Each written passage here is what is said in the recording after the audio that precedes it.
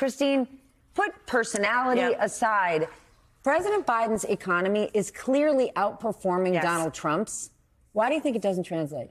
You know, I think COVID stole our optimism. I think 4 years ago today, we were shutting things down, and what we've lived through, more than 1 million Americans dead, has stolen our ability to look at the bright side of things, and we've become comfortable with discomfort and with not knowing what's going to happen next. And I think that's reflected in every single poll. You know, I can tell people the economy is strong. GDP is stronger than it has been strong for 3 years. We didn't have a recession. We withstood a banking crisis.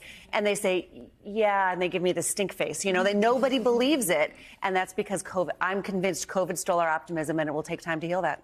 Maya, Republicans, though, they're playing up this contrast, you know, look back 4 years. Just watch this. Are you better off today than you were 4 years ago?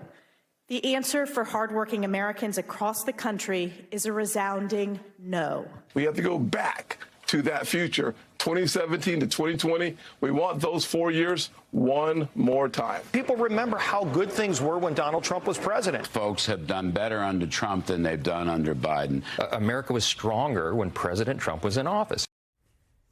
I don't even need to rattle off all the economic facts because I torture our audience with it every night. But 4 years ago, our schools were closed. Our businesses were closed. Unemployment was up here. The future seemed bleak. We've had a better economic recovery than any country in the developed world. What do you make of this, that somehow we've forgotten it? So sadly, it seems that if you say a lie often enough, some people start to think it was true. And I'm not saying that's because Americans aren't. I actually think that was a brilliant way of saying it. It's like we have lost so much of that optimism. But I also think it's one of the things President Biden did last night was remind people of the amazing recovery we made. I mean, because as we know, it wasn't just that our kids weren't in school and we were isolated at home. It's that people were dying. I mean, dying. We're in a city that had refrigeration trucks sitting on corners and where, to this day, many of us still have the sound of sirens ringing in our ears because those sirens were ringing non-stop, even when no one was in the streets because most people were too afraid to be in them. I mean, like that's what we came back from. And, you know, he also said this when he talked about what was in that recovery. I mean, reducing child poverty by 40%. Like 40%. We were already the shame of the globe by virtue of our wealth, that we had so many children going hungry. I mean, keeping people in their homes because they were actually getting a check to make sure that they were able to still buy food and put it on the table and make sure they did not become homeless. I mean, those were the things that we did, and that's what we have to remind. But Christine, here's what's interesting. Even if you look ahead at what Donald Trump's proposed policies are, mass deportation, that will hurt our labor shortage and make life more expensive. Tariffs, that is going to hurt, again, inflationary. And then you look back and say, well, what is it that people are so connected to? Well, sure, big business likes him for corporate tax cuts and deregulation.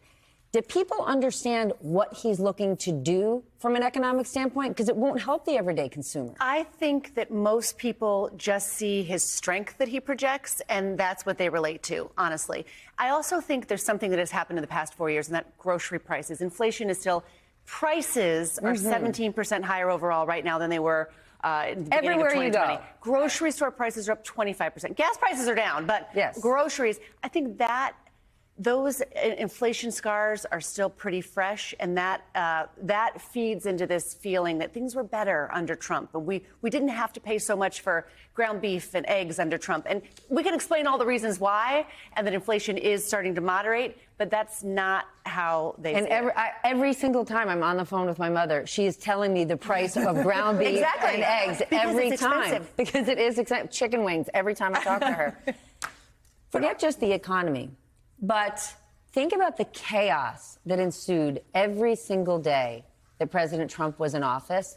President Biden has a war chest of campaign dollars behind him. If he spent the next 242 days using all of his social media outlets and every media outlet reminding the American people, Donald Trump said this, Donald Trump said that, would that be the reminder that people need? maybe. I mean, like, I think about tariffs, for instance, which Trump is promising to do again. He did that the first time around. I think that if you look at the reports about it, everyone agrees it led to unemployment. So, but then COVID came in. It led to a giant farm aid bill that he had to put through because farmers were suffering. But Biden kept them on. But Biden kept them all on, too. Good so point. The policy didn't really change. Right. Yeah. And then the thing is that he's promising to do more, but we kind of memory hold what happened because of it. Do you know what I mean? Like, COVID came, it's a huge emergency. It kind of clears the decks in your brains. And you're not thinking about tariffs. And so you're like, hold it, tariffs, we did that before. You know? I think that's what's happening. Donald Trump did a spectacularly bad job with COVID. Like, shockingly bad. And in fact, our death rate was significantly higher than it should have been. So, and you know, it's funny because I heard him give a speech where he said, and I didn't get any credit for COVID. And I'm thinking to myself, you're very lucky that you didn't get any credit. But isn't that funny? There's more talk about what a bad job Anthony Fauci did or things that we did wrong. And you don't actually hear that much about what a terrible job the president at the time did, even acknowledging that we were going through a pandemic. And by the way, he could have just not politicized it. He could have said, like, this is a pandemic. We don't know. There's a lot of stuff we don't know, and we're sort of learning as we go, which was the sort of truth. But instead, he told his people that this was political and that they could take ivermectin and not wear masks. I mean, there were these people were so taken advantage of.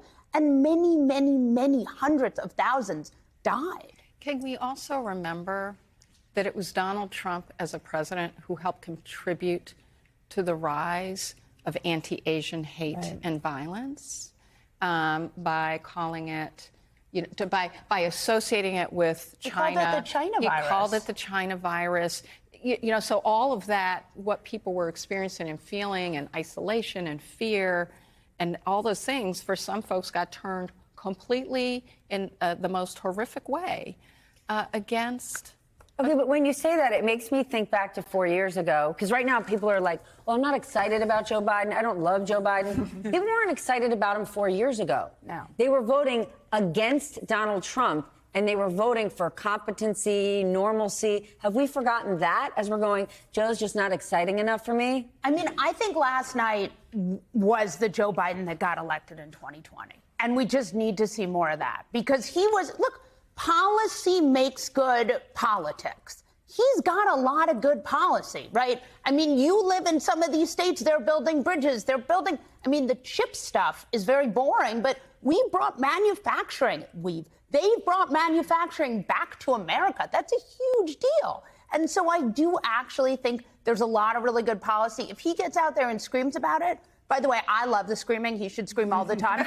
If he gets out there and screams about it, I think that will go far. But then how does he balance, right? He wants to be projecting Joe Biden, you know, looking forward, inspiring people, while at the same time reminding them of where we were and what we had. Because it's interesting. You've got two basically incumbents running against one another. Yeah, I mean, it's an unprecedented situation because how do you see this election? Is this an election where you have two incumbents? Is this an election where you have, you know, someone who's been running a race like Donald Trump against other people? How do you see his success? Is he successful enough? All those things. But I think what's interesting and what you saw him getting in that speech last night was something that's really important for us to pay attention to when it comes to the economy. Perry Bacon had a really interesting article in the Post a couple weeks back where he basically said, why can't Democrats run on the economy? Why is this a problem? And he said, because they need to address the fundamental insecurity people feel.